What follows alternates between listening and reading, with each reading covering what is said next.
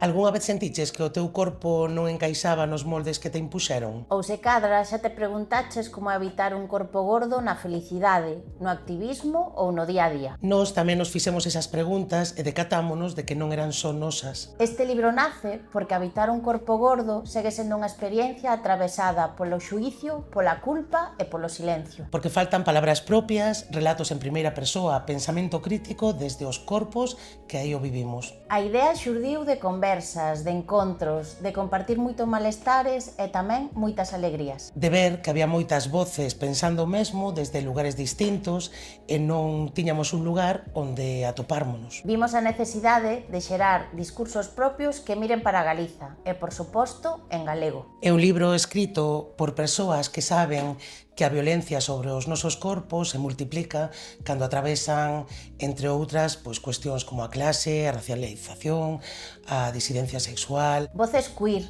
antirracistas, non normativas, que entenden o activismo gordo como algo necesariamente interseccional. O libro reúne 19 autorías. Perfis moi diversos que escriben dende a experiencia e a reflexión e tamén dende o artístico e o literario. Atoparás desde artigos máis íntimos até experiencias colectivas, cancións, vídeos. A publicación está prevista para o 10 de abril deste ano. No volume abordaremos cales son as estruturas que sosteñen a gordofobia no ámbito sanitario, no estético, no social e no familiar. Falamos de violencia médica, de odio interiorizado e de control de corpos, sen deixar fora a celebración, o desexo, o prazer e a afirmación dos corpos gordos como espazos de alegría e rebeldía. Este libro naceu do encontro e da conversa, e así queremos que chegue ao mundo. Se che resou o que escoitaches, podes acompañarnos en i.gal/razóns de peso. Alí atoparás máis información sobre o proxecto, sobre as persoas que participan